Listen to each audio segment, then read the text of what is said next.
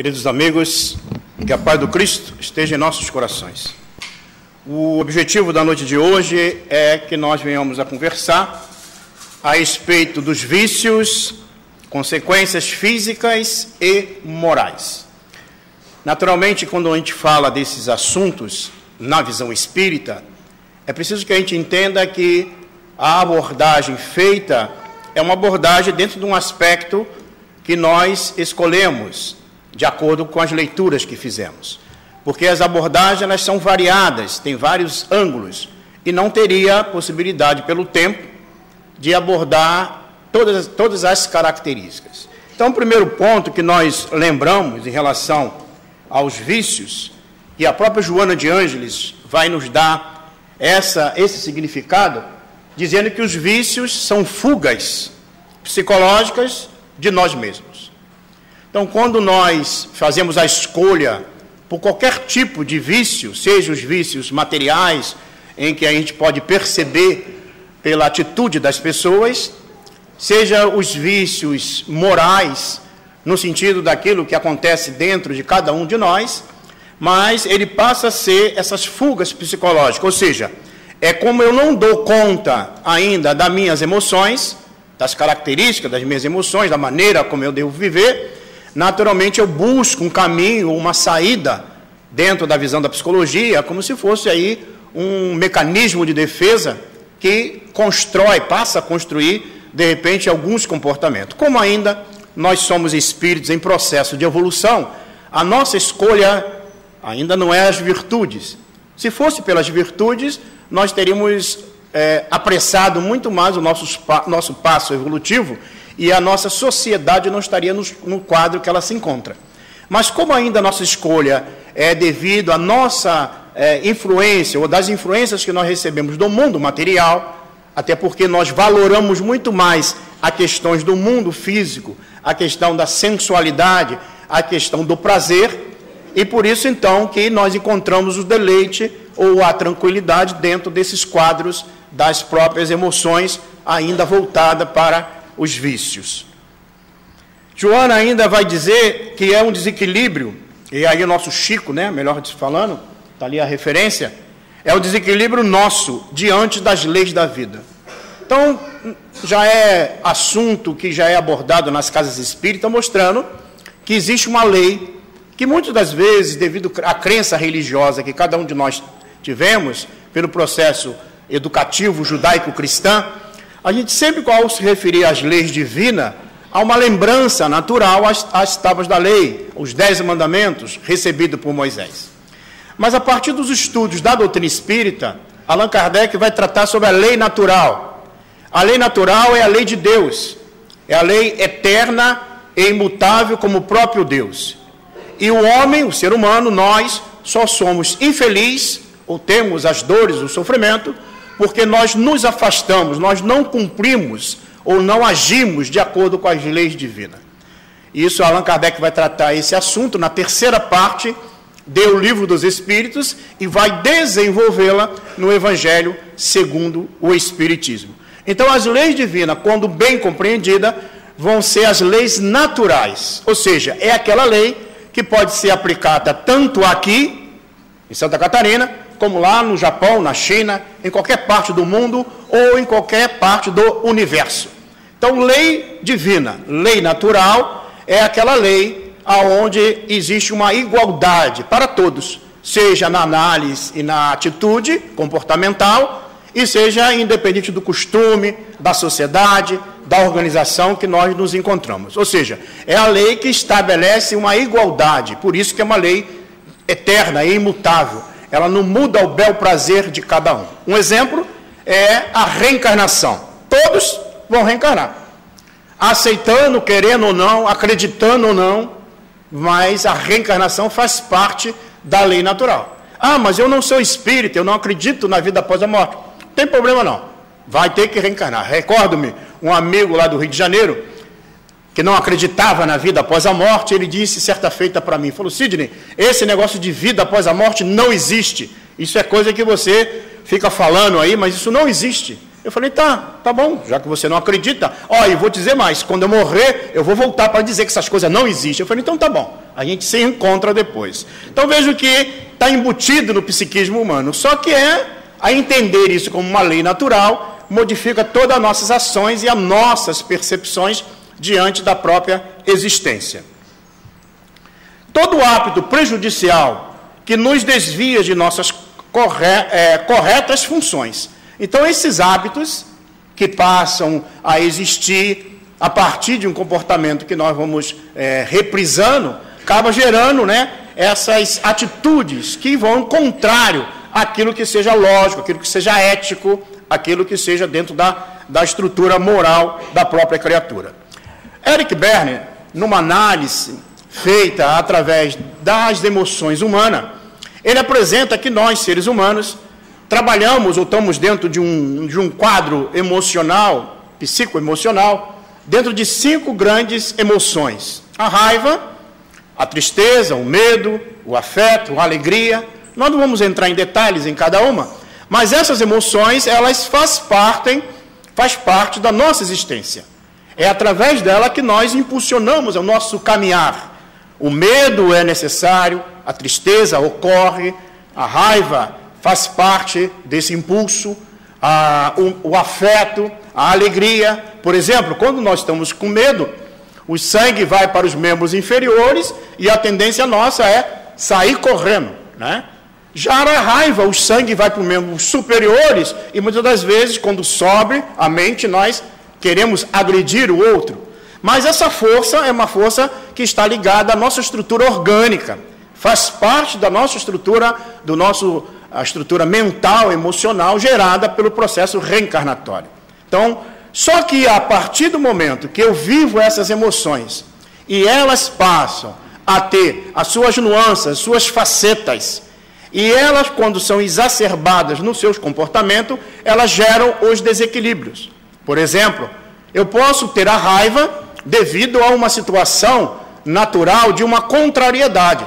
Vou dar um exemplo básico que eu costumo dar para poder entender. Imagine quando o Brasil jogou aí na Copa do Mundo, tem um determinado loja que diz o seguinte: você compra tal televisão de não sei quantas polegadas, e se por acaso o Brasil ganhar, e sempre nunca ganha, se for campeão, você com mais R$1 tu compra outra. E aí você foi lá, comprou aquela televisão maravilhosa, e no dia que a loja foi entregar a televisão, geralmente eles abrem lá fora, para botar inveja na vizinhança inteira, e aí vem com a televisão e te entrega. Naquele momento você estava saindo para o trabalho, e aí você não pôde ver a televisão, ligar a televisão, mas colocou lá aquele troféu para assistir o teu futebol lá na sala. Mas você foi trabalhar, só que no trabalho você não trabalhou. Ficou o tempo todo só pensando em quem? Nela, na televisão.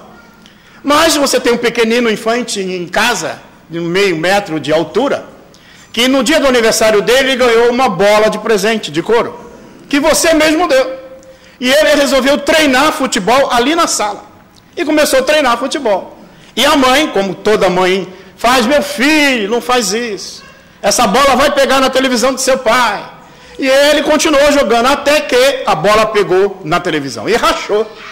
A mãe imediatamente ia pegar o telefone para ligar para você, para te avisar que aconteceu. Mas ela pensa bem: não vou fazer isso, não vou ligar, deixa quando ele chegar. E aí você passa o dia ansioso para chegar em casa para ligar a televisão. E quando você chega em casa, está lá a esposa e o pequenino do lado dela, olhando, E aí você nem olha, nem dá boa noite, nem nada para o filho, nem para a esposa. Olha para a televisão e vê a televisão rachada. Aí você olha com todo carinho para a tua esposa. E ela, com muito amor, olha para o pequeno. E aí você olha para o pequeno. E aí você sobe a raiva. E você lembra, você verifica o teu tamanho e o tamanho da criatura. E aí você diz assim, com todo o amor e todo o carinho para ele: vai para o teu quarto e só sai de lá quando completar 18 anos de idade. Então veja, nesse momento você controlou a raiva, que é uma força que impulsiona para agir. Quando eu não tenho um controle, acontece a agressividade, acontecem as violências. Por isso que esses vícios morais da criatura humana precisam ser trabalhados. Mas não vamos entrar nesses aspectos. Tipo de vícios: o vício físico e os vícios morais. Os vícios físicos, nós temos aí o álcool, o fumo, a droga, a gula, né? São vícios que, costumeiramente, nós estamos até prestando atenção em alguns deles, principalmente quando a gente não quer engordar, mas quando não está preocupado com isso, a gente nem liga. Mas esses vícios, principalmente os aceitos pela sociedade, o álcool, o fumo, né? E agora a introdução de algumas substâncias outras, começa então, as drogas lícitas, vamos dizer assim, começa então a ser aceita. E começamos então a vivenciar. Quando aquelas fugas psicológicas ocorrem, muitas das vezes, quando eu não consigo satisfazer aquele meu desejo, seja de sobrepor a alguém ou de adquirir algo, eu busco então esses meios que, de uma certa forma, é uma bengala psicológica para a construção da nossa emoção. E os vícios morais, o egoísmo, a inveja, a maledicência, né? Então, muitas das vezes, essas atitudes nos levam a nos contaminar psiquicamente. As consequências desses vícios: os materiais levam, naturalmente, às lesões orgânicas. Então, o nosso corpo físico sofre as consequências dessas lesões. De uma forma geral, quando nós nos ligamos ou deixamos nos envolver pelos vícios do corpo, o álcool, o fumo, há uma consequência direta, que começa, então, a repercutir nos quadros da estrutura física, como os quadros das doenças físicas. E há, nas questões espirituais, as lesões na área do perispírito, que nós vamos ver um pouco mais à frente. Os materiais, geralmente, devido às doenças que surgem, geram, às vezes, prejuízos financeiros, dependendo da característica desse vício que a pessoa tem, ou até prejuízos profissionais, como o álcool, que cria, muitas vezes, a impotência para o labor na área da ação para ganhar o seu sustento, e muitos indivíduos, né, se encontram em muitas dificuldades. E na área dos vícios morais e espirituais, tem a consequência da queda moral, que começa então a ceder a mágoa, o ressentimento, o ódio. Há pessoas que às vezes a gente encontra e diz assim: ah, Sidney, eu estou magoado. E eu pergunto: há quanto tempo? Ah, 20 anos. Por que está magoado? Eu não sei porquê, mas que eu estou magoado, estou. As pessoas nem lembram mais, mas acalenta a mágoa, fica guardando aquela atitude emocional que, de uma certa forma, prejudica o seu campo mental e traz o prejuízo também para a estrutura orgânica, porque o corpo, nós espíritos, estamos vinculados à estrutura molecular do nosso corpo físico através do perispírito. As companhias espirituais, que é um outro fator que a doutrina espírita, então, acrescenta como uma das características que aumenta ainda mais a nossa dificuldade. Lembrando que a Organização Mundial de Saúde Mental, ela afirma que para ter um estado de equilíbrio, o indivíduo precisa estar equilibrado ou vivenciando os 3 fatores básicos da existência: um bem-estar fisiológico, um bem-estar psicológico e um bem-estar social. Então, esses 3 bem-estares, eles precisam estar, vamos dizer, equilibrados para que a gente possa ter felicidade, ter tranquilidade. Por exemplo, se eu tenho um bem-estar fisiológico e tenho um bem-estar psicológico e não tenho dinheiro, eu me desequilibro. Então, é uma questão de convivência, de aprender a agir de acordo com esses bem-estar. Mas aí foi acrescentado mais um bem-estar, o bem-estar espiritual. E a doutrina espírita hoje possui os elementos necessários para entender a característica desse bem-estar espiritual e principalmente os malestares espirituais que ocorrem pela influência dos espíritos. Aí nós temos as futuras reencarnações, devido ao uso do álcool, o uso de drogas, ou até mesmo às agressividades morais, ou físicas, ou até emocionais, que muitas vezes nós geramos lesões no corpo espiritual e plasmará no novo corpo físico as lesões neles contidas. Então começa agora a nossa peregrinação na Terra, nós estamos gerando para o futuro a nossa desdita, a nossa dificuldade ou a nossa felicidade. Então por isso que Jesus nos orienta que é dado a cada um segundo as suas obras. Então, cada um recebe de acordo com aquilo que ele age, de acordo com a maneira como ele age. Então, por isso que quanto mais nós pudermos, né, estar trabalhando nas questões de entender que gera consequências do comportamento que eu tenho, eu começo, então, a prestar um pouco mais de atenção nesta realidade. E aí gera o quê? Gera as mutilações, a surdez, a cegueira, o câncer. Por exemplo, no caso do uso de álcool ou desequilíbrio das drogas, em que o indivíduo depois busca se autodestruir através do suicídio. Se ele, por exemplo, atingiu a área da visão quando cometeu o ato do suicídio, atirando contra o crânio, ele pode reencarnar numa nova existência no quadro da cegueira.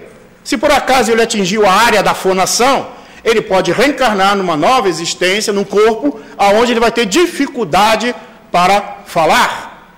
E se ele foi homicida, tirou a vida de alguém, e também cometeu o suicídio, ele pode nascer nos quadros da esquizofrenia.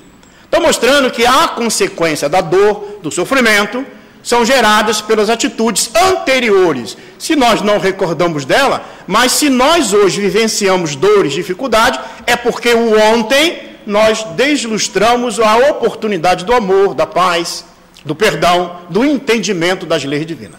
Então, por isso que os vícios geram uma consequência direta para as vidas posteriores. É preciso que a gente entenda um pouco sobre a obsessão.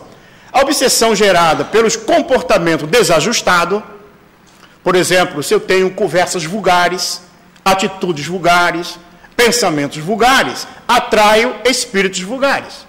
Se eu tenho atitudes voltadas para o bem, com pensamentos voltados para o bem, que eu participo de ambientes onde se fala de paz, de amor, e não importa a denominação, pode ser o centro espírita, a igreja, um ambiente feliz da própria natureza humana que nós podemos participar, isso gera naturalmente o bem-estar. Então esse acompanhamento espiritual que nós, de uma certa forma, escolhemos, depende muitas vezes das nossas atitudes. Só para a gente ter uma ideia, nós somos cerca de 7 bilhões, quase 8 bilhões de seres na Terra.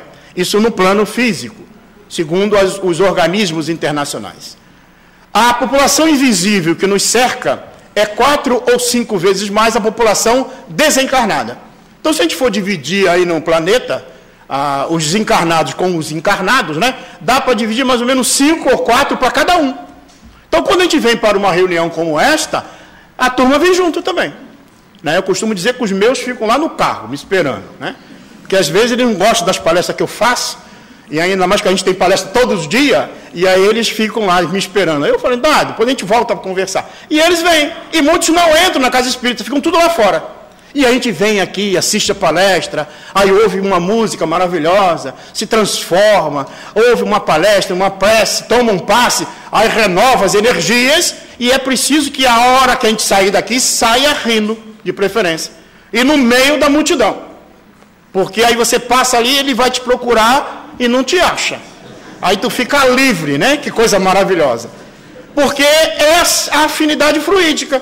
Então, se eu mudo o panorama mental, se eu começo a pensar no bem, se eu começo a me transformar, eu saio com uma outra luminosidade no meu perispírito. Aí o obsessor fica te procurando, cadê fulano?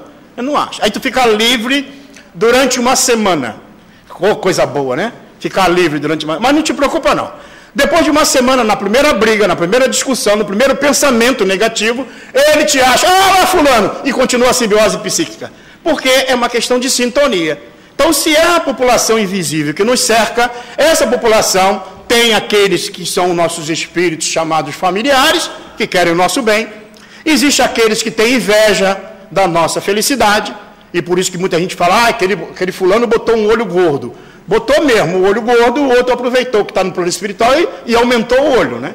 E a pessoa já fica desequilibrada, mas só que nós temos meios, maneiras, né, de modificar. Nós vamos ver isso na próxima palestra especial, né, que vai ter aqui. Bom, mas a obsessão é um resultado natural de quê? Da nossa influência moral, da maneira como nós vivemos. Então, o que é a obsessão? É a ação prejudicial, insistente, dominadora de um espírito sobre o outro.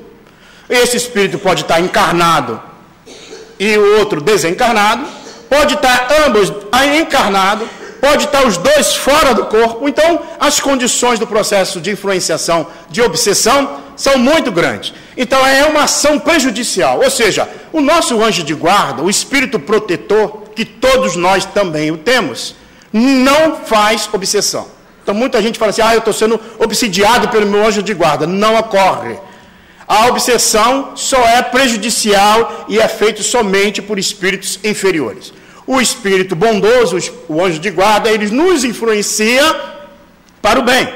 Ele respeita o nosso livre-arbítrio. Enquanto os espíritos inferiores nos influenciam para o mal, para o desequilíbrio, para a desavença, para a briga, para os pensamentos negativos. E ele não respeita o nosso livre-arbítrio. E é praticado somente por espíritos inferiores, como eu já disse, e é uma influência nociva, que nós devemos, de uma certa forma, trabalhar para diminuir. Como? Através do passe, ouvir uma palestra, uma boa leitura, mudança de conduta, de pensamento, mas principalmente a transformação moral, né, da nossa caminhada.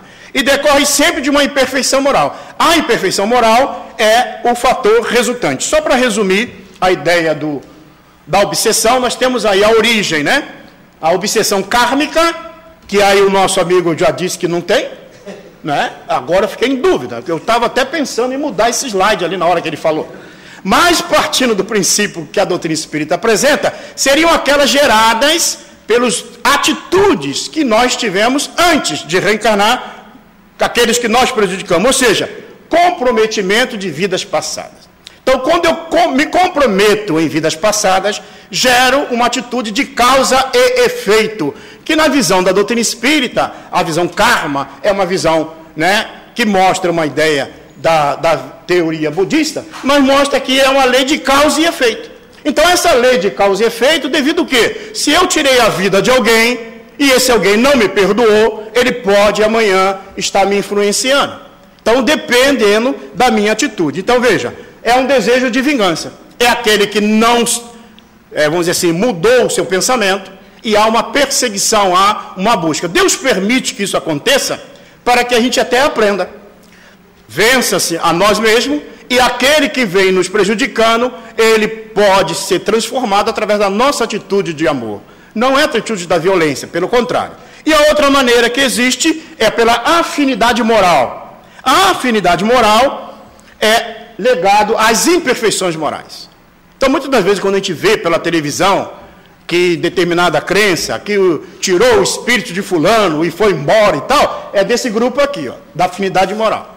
Porque os do grupo anterior, que tem uma ligação, esses dependem da tua modificação moral. Não basta somente um desconjuro externo para que ele se afaste. Por exemplo, vim tomar passe. Tomei 50 passes e agora estou livre do obsessor. Não, você tem que mudar também o teu comportamento moral e ele, aquele que te persegue, tem que entender que tu te modificou e te perdoar. Caso isso não ocorra, as ligações vão acontecer até que aconteça os motivos necessários das leis divinas, onde há os vínculos, onde vamos reencarnar em estruturas que precisamos nos ajustar.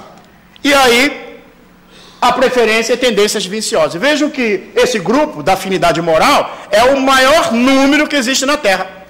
Por isso que muitas vezes a gente coloca as causas das nossas dores, das nossas aflições, nas causas anteriores das aflições, acreditando que tudo está lá. Pelo contrário, a grande maioria está lá no capítulo 5 do Evangelho segundo o Espiritismo.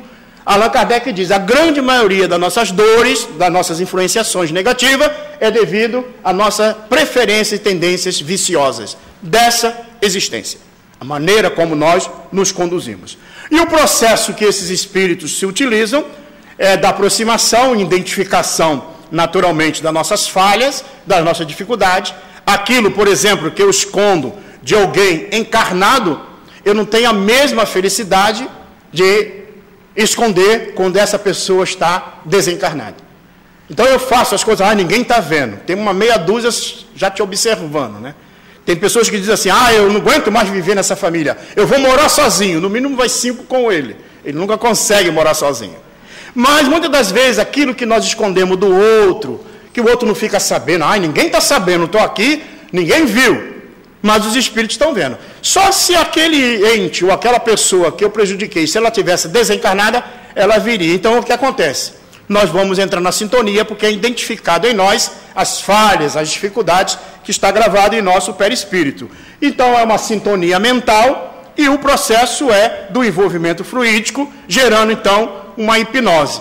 E aí vai te induzindo, naturalmente, aquele ato. Por exemplo, ontem nós estivemos falando sobre depressão lá em Brusque, e nos referimos da influência espiritual para aqueles que já têm um quadro psíquico desajustado diante de um problema da vida. Às vezes a influência espiritual aumenta para que a pessoa entre em quadros piores ainda dos quadros psíquicos da depressão. Ocorrem as influenciações, eu não vou deixar ficar muito tempo para ninguém ficar impressionado, né, com as imagens, senão depois não dorme em casa, né? Nos ambientes de bares, aonde muitas das vezes as pessoas estão lá, não, mas não tem problema nenhum, um golezinho não, né? Tem. Eles estão lá, porque aquele que não consegue pegar o copo para beber, né, ele vai se utilizar do encarnado. Acontece também dentro do shopping, tá? Por isso que muitas vezes as pessoas vão lá no shopping, compram e depois, meu Deus, por que eu comprei tudo isso? É que aquele que está lá não tem o cartão de crédito, mas você tem, né? Aí te influencia e você já tem 50 pares de sapato e compra mais 10, né?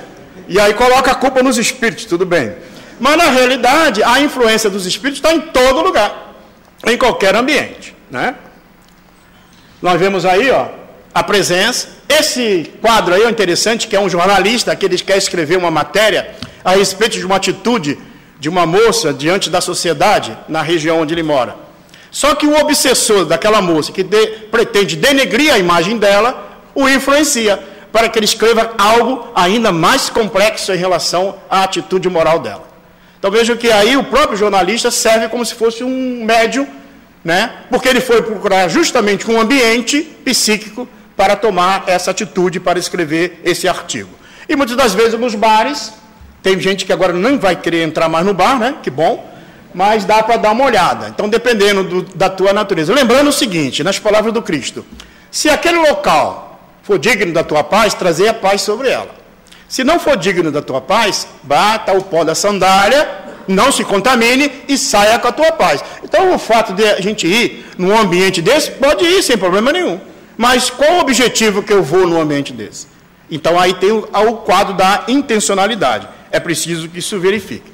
As consequências, então, da obsessão, as doenças físicas e mental, que começam, então, a gerar. Vejam, os vícios faz a aproximação desses espíritos, que pode se ligar a nós pelos vínculos do ódio do passado, ou às vezes pelas influências ou afinidades fluídicas, morais, de agora, e essas influências acabam chegando a um nível de me levar a doenças até físicas ou até desequilíbrios mentais.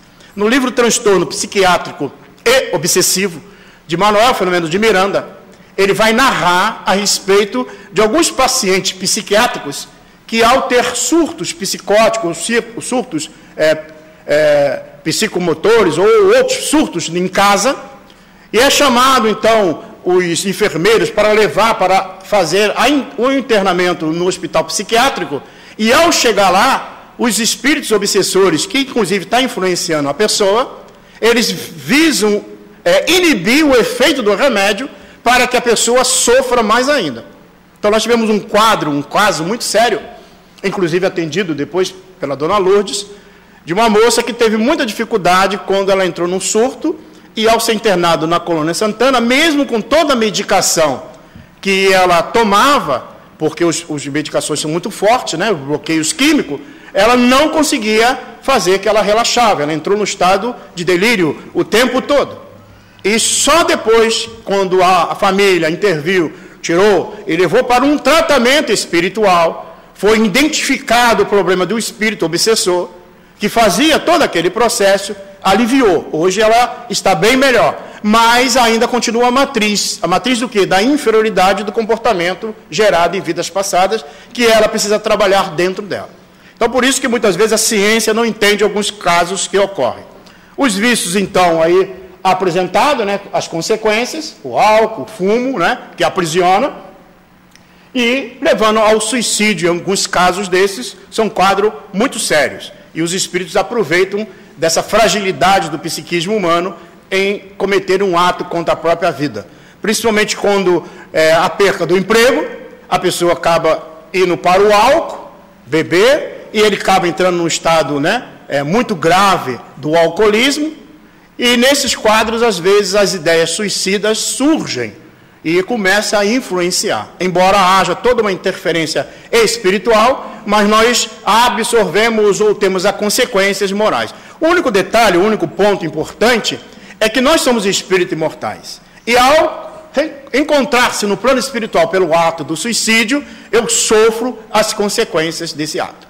Por isso que muitas das vezes, ao reencarnar, eu sofro as consequências daquilo. Por exemplo, como eu disse no início, se eu atirei contra o crânio, esfacelei meu cérebro numa atitude impensada contra a própria existência, eu posso amanhã, quando eu tiver que reencarnar, gerar uma má formação congênita na área da minha estrutura cerebral e nascer, por exemplo, com uma microcefalia, anencefalia, ou seja, uma desestruturação cerebral.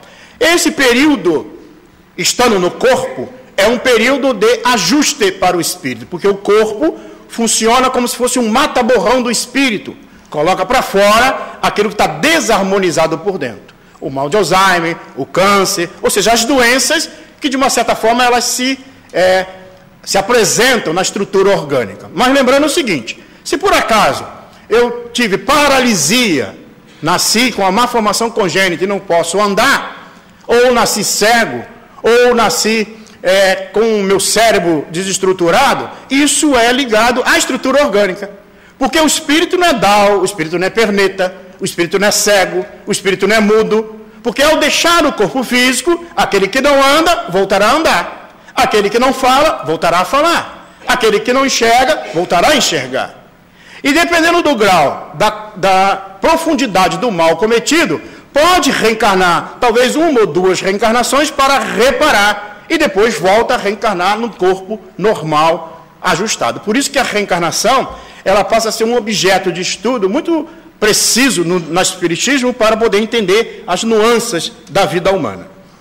Nós temos, geralmente, diante da vida, algumas atitudes. Quando eu tenho uma atitude de desamor diante da vida, geralmente o meu comportamento é uma dissintonia diante da vida gerado pelo desamor.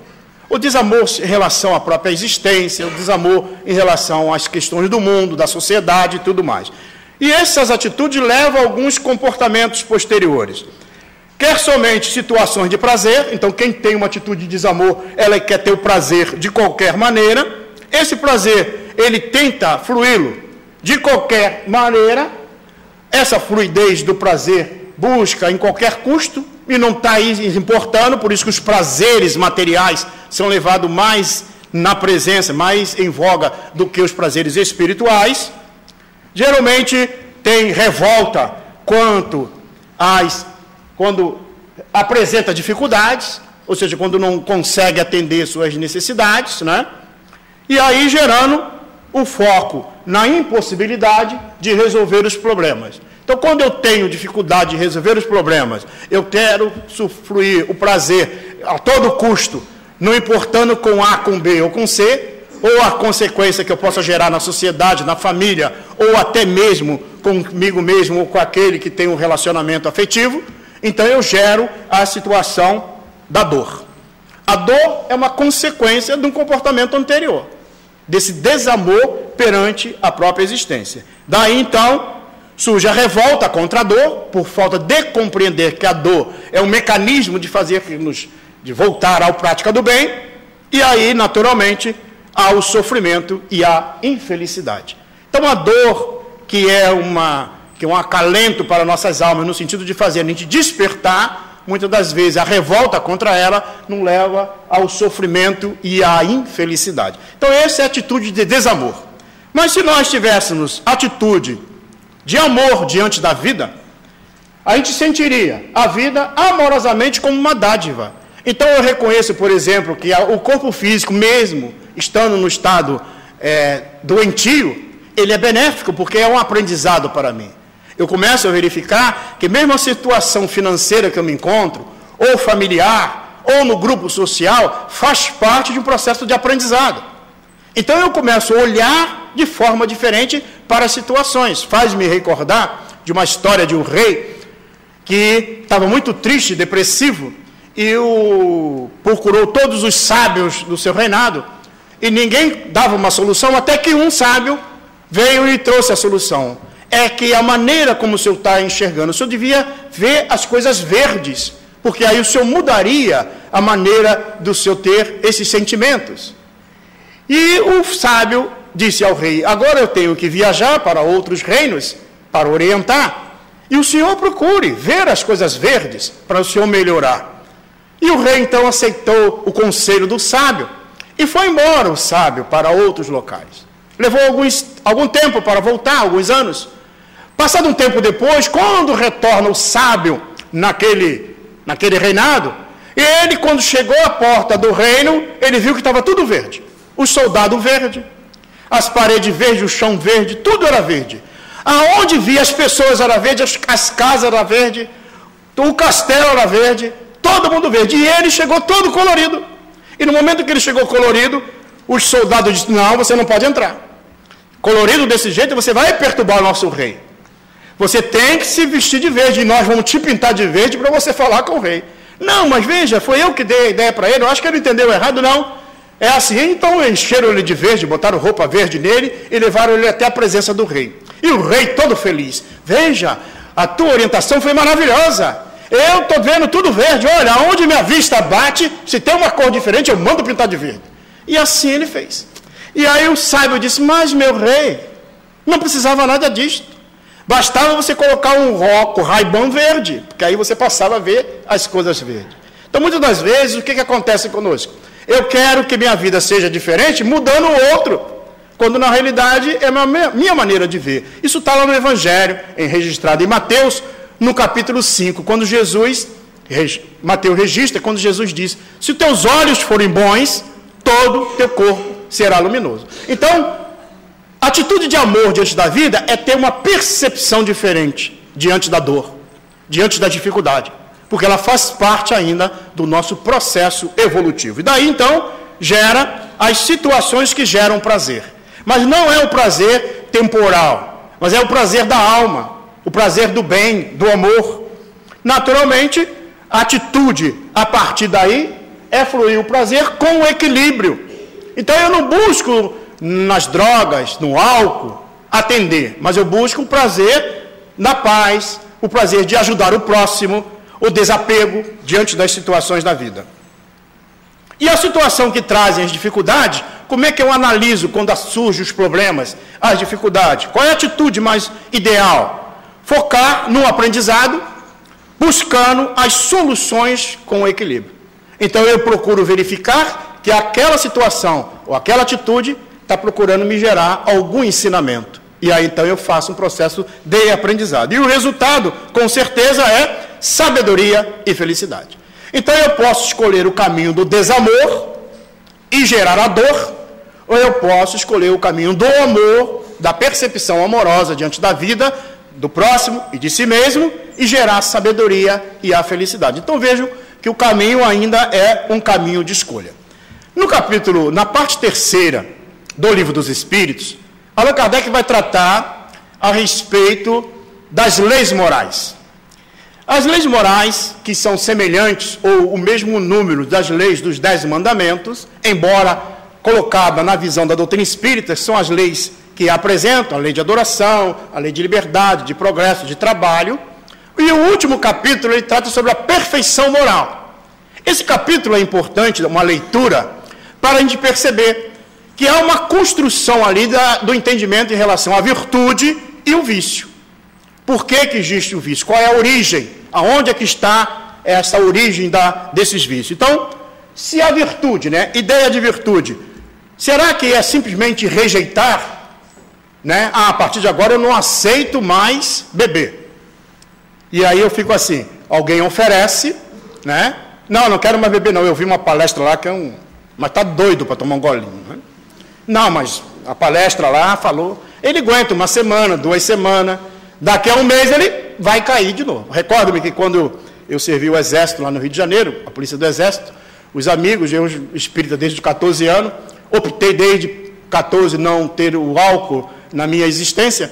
E os amigos, na época, lá no exército, né, tudo da mesma idade, iam para um bar. Ah, vamos beber. Lourenço, bebe aí. E eu falei, não bebo, bebe. E ficavam me falando tanto, eu falei, pedi o garçom, um guaraná, colocava no copo, ficava igual a cerveja. Eu falei, ó, tá vendo? Tá igual a vocês, agora para de me encher. E eu ficava lá, e vejam. E na hora que os amigos precisavam conversar sobre a vida, sobre a morte de um ente querido, sobre alguém, ele procurava quem? Aquele que não era o companheiro somente do copo, mas tinha amizade. Então veja que é uma atitude que nós podemos escolher. Agora, é o sim, sim e não, não, que Jesus ensinou. Porque às vezes eu falo não da boca, mas o coração está dizendo sim. Ai, estou doido para tomar uma, né? Já deu uma, né, na garganta de alguém aí. Mas qual é a atitude da virtude? A virtude, sempre que há resistência voluntária ao arrastamento dos maus pendores. Então, quando eu vejo que os maus pendores estão muito próximos, eu começo a tomar atitudes para evitá-lo. Por exemplo, quando o casal, ainda muito novo, estão namorando, e as responsabilidades ainda não foram integradas, o estudo, o trabalho, e aí vem aquele pensamento para acelerar as coisas, e começa a querer acelerar, pega o Evangelho segundo o Espiritismo e vai ler. Aí dá uma acalmada, tranquiliza, você vai se reeducando, ainda mais hoje, que a coisa está meio apressada, né? Mas é preciso que a gente busque o quê? Uma atitude para evitar esses maus pendores, porque daí surge, então, a primeira atitude. Perguntaram a Chico Xavier o que era a tentação. Ele diz, tentação é aquilo que nós corremos o tempo todo, doido que nos pegue. Então, muitas das vezes, é essa situação. A gente fica, não quero, mas está doido que aquela atitude, aquela situação ocorra. A sublimidade da virtude está no sacrifício do interesse pessoal pelo bem do próximo. Então, vejam, aí nós começamos a entender que a virtude não é simplesmente o ato de eu me manter casto diante de alguns comportamentos, mas é o meu interesse pessoal em ajudar o próximo. É uma atitude de amor ao próximo, porque eu faço a energia da vida, ela girar com a minha atitude. Sinal de imperfeição, por exemplo, o interesse pessoal, que está intrinsecamente conectado ao apego às coisas materiais. Então, o interesse pessoal, os apegos materiais, que me levam, então, a manter uma atitude egoísta e rechaçar qualquer atitude diferente. O verdadeiro desinteresse, que é a abnegação da própria criatura, harmoniza. Porque quando eu me desinteresso pelas coisas que me aprisionam no mundo, eu me torno um espírito, uma percepção espiritual livre. Por exemplo, se eu acho que o meu corpo, por mais sarado que seja, vai ser meu, eu vou ficar preso a ele, ele desencarna e continua preso ao corpo. O carro do ano, o celular, né? O meu marido, a minha esposa, o meu filho, tudo é meu. Então eu fico aprisionado. Agora, quando eu trabalho abnegadamente para o bem do próximo e verifico que tudo é passageiro e temporariamente eu tenho uso frutuário dos bens divinos ou dos bens materiais, eu começo então a trabalhar outros valores. E é muito raro na Terra essa atitude de abnegação. E é considerado um fenômeno. Então, quando alguém é abnegado, como Madre Teresa de Calcutá, Irmã Dulce, Chico Xavier, e as pessoas, mas que, olha, são homens santos, mas vai ser, no futuro, o normal da nossa sociedade. As paixões, que é outro caminho, né, do desequilíbrio. As paixões, bem, pode levar às grandes realizações. Então, a paixão é uma força. Nós temos 3 forças que nos impulsionam a nossa caminhada. A força sexual, a força da paixão e a força do amor. A força sexual, que já foi muito bem estudada na teoria freudiana e ampliada na teoria junguiana, mostra que essa força é a força de vida nossa.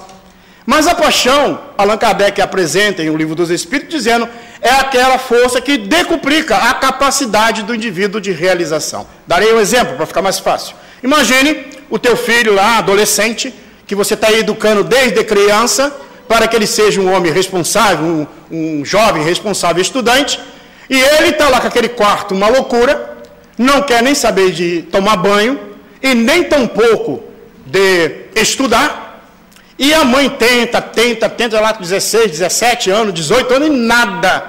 E, de repente, do nada, ele começa a arrumar o quarto, corta o cabelo, toma banho, começa a estudar. E a mãe fica toda feliz, porque toda mãe é assim, né? Fica feliz quando consegue. E a mãe fica feliz, que bom, meu filho agora está estudioso. E aí é uma maravilha. Mas o pai sabe da história. E o pai diz, não é bem por isso não. Foi a educação que eu dei durante esses 17 anos para ele. Não. É que agora ele está apaixonado pela menina da escola, que é limpinha, é estudiosa. Então veja, 17 anos de educação não consegue fazer um momento de paixão é capaz de realizar. Então veja que a paixão é muito forte. Ela tem essa força que faz. Quando bem dirigida, pode levar a grandes realizações. Mas quando mal dirigida, quando dão prejuízo para si e para outra.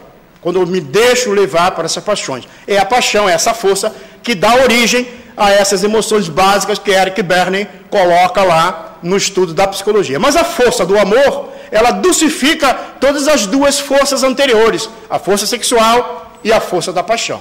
Então, por exemplo, quando na relação entre os nubentes, a relação ou a força sexual diminui e a paixão fica abalada, se tem amor, permanece a relação.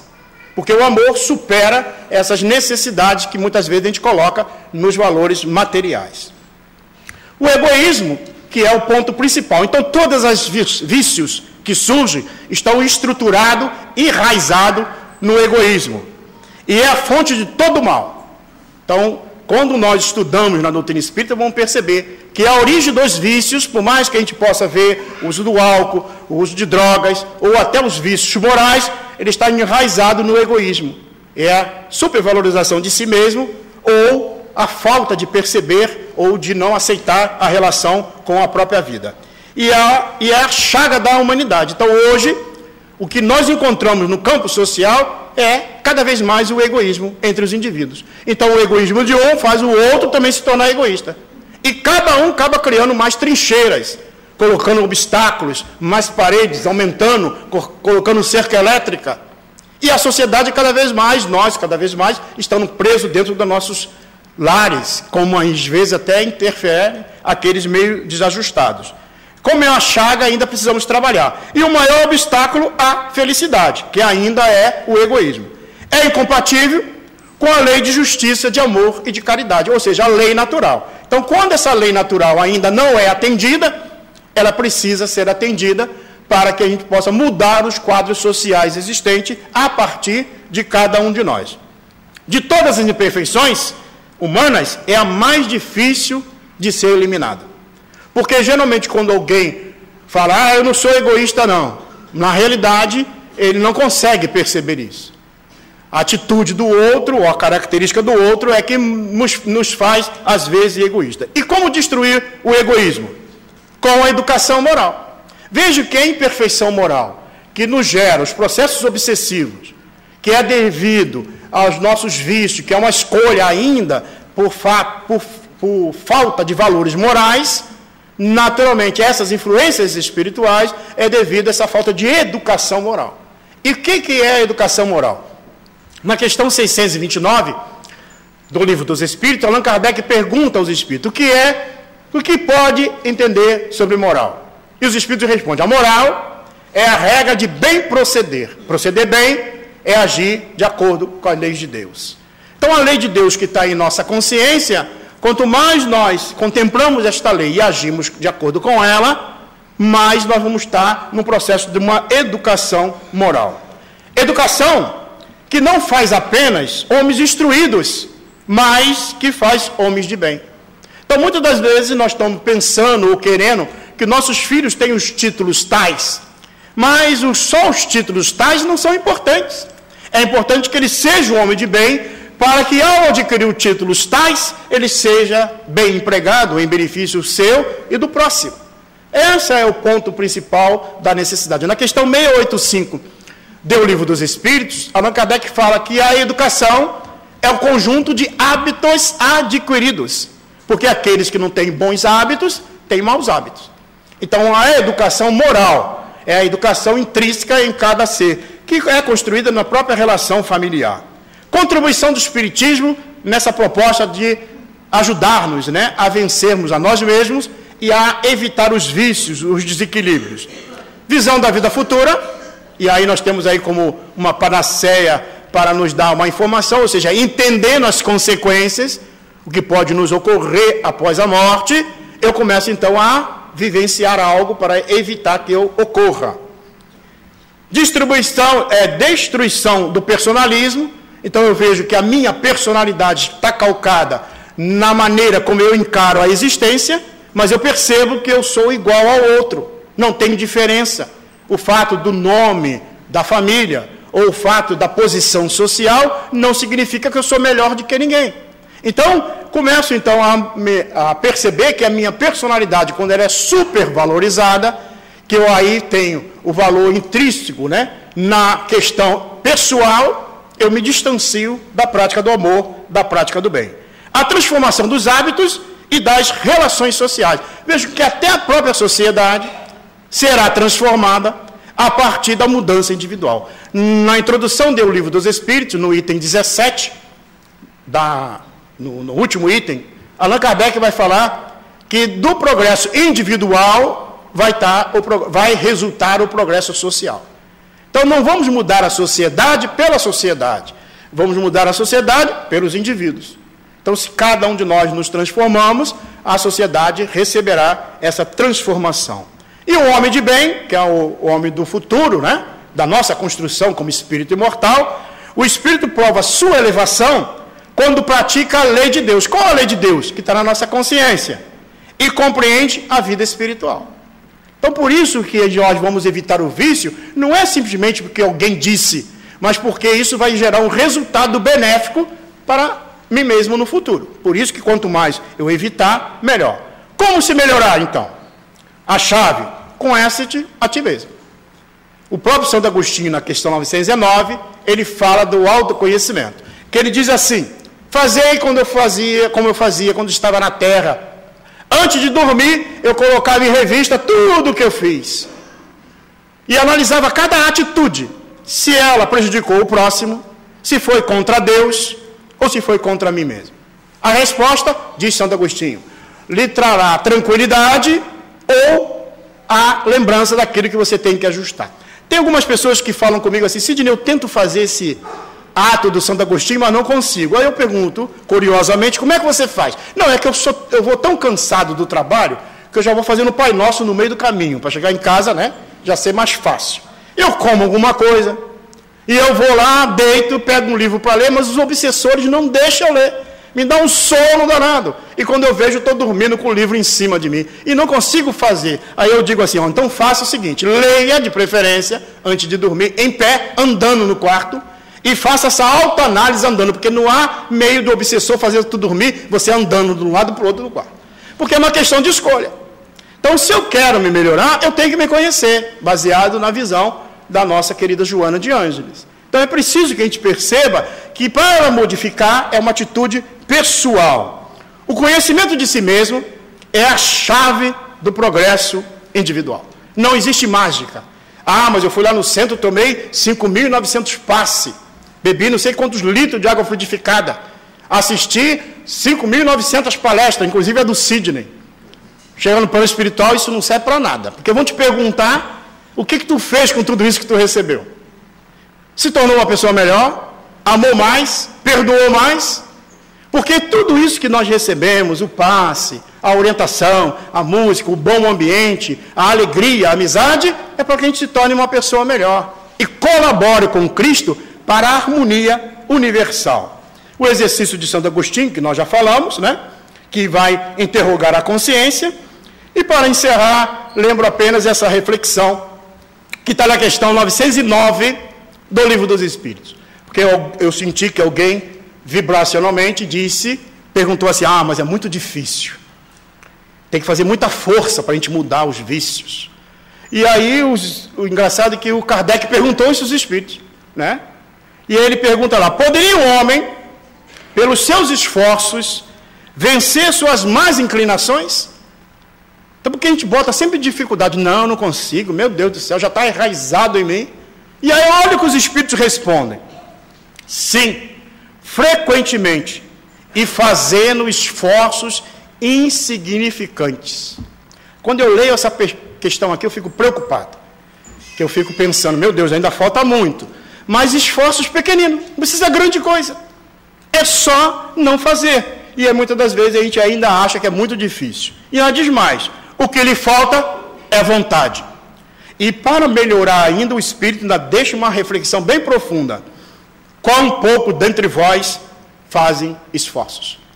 A gente faz esforço para adquirir a casa de praia, a gente faz esforço para adquirir os bens materiais, a gente faz esforço por uma série de coisas, para o nosso filho ter vários diplomas, PhD isso, PhD daquilo, mas a gente não faz esforços para formar homem de bens.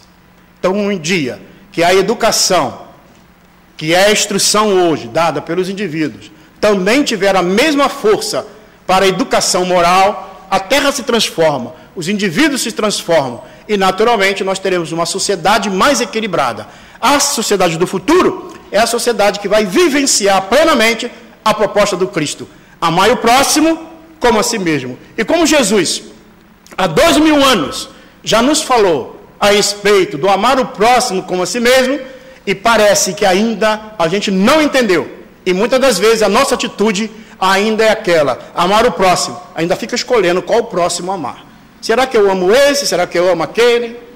E para encerrar, lembro apenas quando Jesus foi convidado, estando na casa de Pedro, num sábado, a multidão foi para a casa de Pedro, e todos ali à porta, e Jesus ensinando na casa de Pedro. Até que um paralítico, que vivia numa esteira nas ruas, e as pessoas auxiliavam a levar para um lado e para o outro, quis ver Jesus para ser curado. E disse, Senhor, Jesus de Nazaré, cura-me, gritando lá de fora. E como a multidão era numerosa à porta da casa de Pedro, ele não conseguia penetrar. E aí os homens ali pegaram, subiram numa escada ao lado, por uma calabóia aberta no sótão daquela casa.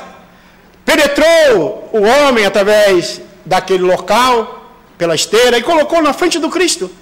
E disse, Senhor, cura-me. E Jesus, se tu acreditas que eu te cure, levanta e anda. E ele levantou. E ele sentiu o vágado quase caindo, mas levantou, se tornou de pé e ficou feliz por estar curado. E naquele instante ele ajuntou sua esteira e saiu feliz. E de repente uma senhora, uma mulher cega, disse, Senhor, cura-me. E Jesus, tocando, fez que ela voltasse a recobrar a visão em átomos de segundo. E depois um outro leproso disse, Senhor, ora meu corpo em chagas, cura-me, Senhor. E Jesus, com um gesto de amor, transferindo a sua energia melhor, fez que aquelas chagas, feridas nos seus corpos, no mesmo instante, em frações de segundo, cicatrizassem. E o homem ficou curado. E eles saíram felizes. E cada um que era curado saía feliz. E foram atendendo aquele sábado o dia inteiro.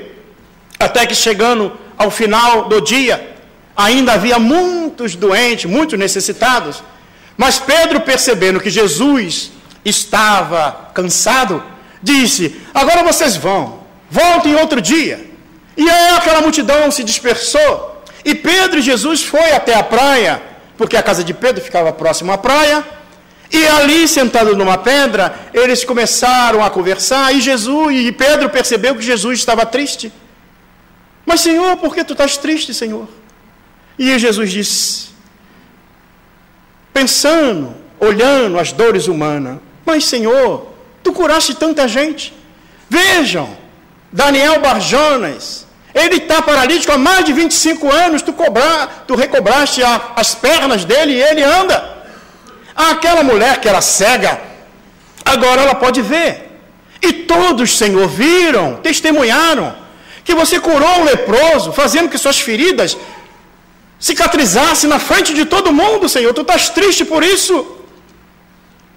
E Jesus disse, Simão, nem você e nem ninguém compreendeu a minha lição.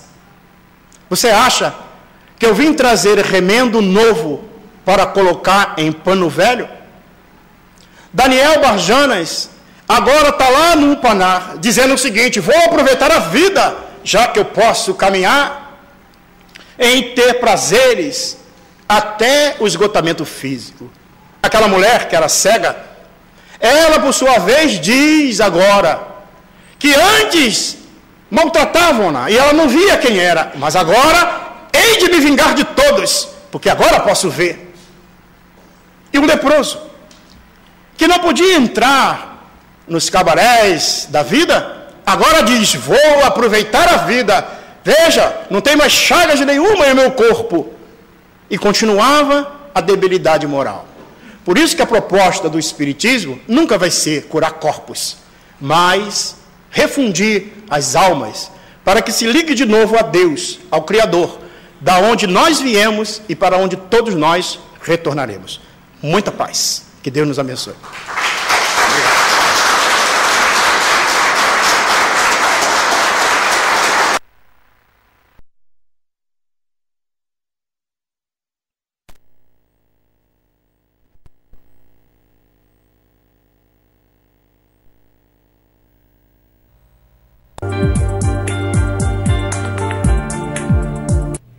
Olá, meus amigos, aqui quem fala é Rossandro Klinge e estou convidando vocês para a primeira Conferência Espírita Catarinense, cujo tema central será Educando Pensamento e Emoções. Ela ocorrerá entre os dias 10, 11 e 12 de novembro de 2017, lá no Centro Multiuso, na cidade de São José, em Santa Catarina. As inscrições elas podem ser feitas pelo www.secal.com/eventos. Estaremos juntos lá, eu, Anete Guimarães, Simão Pedro e Ana Guimarães. Espero todos vocês lá, será uma grande alegria estarmos juntos. Caros amigos, caras amigas, nos próximos do dia 10 a 12 de novembro, teremos em São José, Santa Catarina, a primeira Conferência Espírita Catarinense. E estarei lá, presente, trabalhando com o tema Educando Pensamentos e Emoções. Fica aí o convite para que participem desse evento, um primeiro, com certeza, de muitos outros que virão. Será uma alegria poder reencontrar amigos e fazer novos amigos nesses dias dessa conferência. Fica então o convite para todos vocês. Olá, amigos.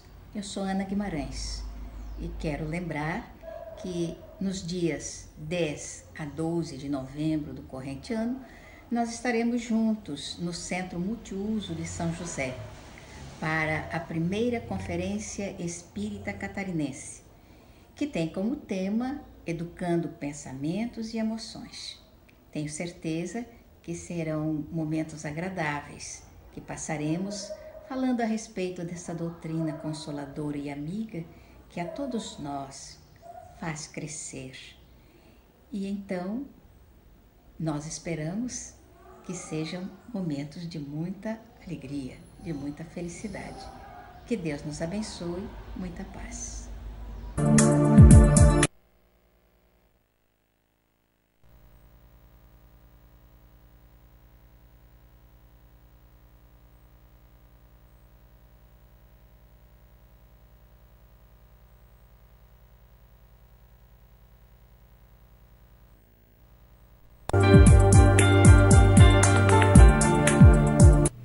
Olá, meus amigos, aqui quem fala é Rossandro Klinge e estou convidando vocês para a primeira Conferência Espírita Catarinense, cujo tema central será Educando Pensamento e Emoções.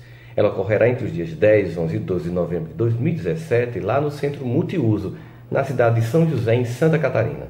As inscrições elas podem ser feitas pelo www.secal.com/eventos. Estaremos juntos lá, eu, Anete Guimarães, Simão Pedro e Ana Guimarães. Espero todos vocês lá, será uma grande alegria estarmos juntos. Caros amigos, caras amigas, nos próximos do dia 10 a 12 de novembro, teremos em São José, Santa Catarina, a primeira Conferência Espírita Catarinense. E estarei lá, presente, trabalhando com o tema Educando Pensamentos e Emoções. Fica aí o convite para que participem desse evento, um primeiro, com certeza, de muitos outros que virão. Será uma alegria poder reencontrar amigos e fazer novos amigos nesses dias dessa conferência. Fica então o convite para todos vocês. Olá, amigos. Eu sou Ana Guimarães e quero lembrar que nos dias 10 a 12 de novembro do corrente ano, nós estaremos juntos no Centro Multiuso de São José para a primeira Conferência Espírita Catarinense, que tem como tema Educando Pensamentos e Emoções. Tenho certeza que serão momentos agradáveis, que passaremos falando a respeito dessa doutrina consoladora e amiga que a todos nós faz crescer. E então, nós esperamos que sejam momentos de muita alegria, de muita felicidade. Que Deus nos abençoe, muita paz.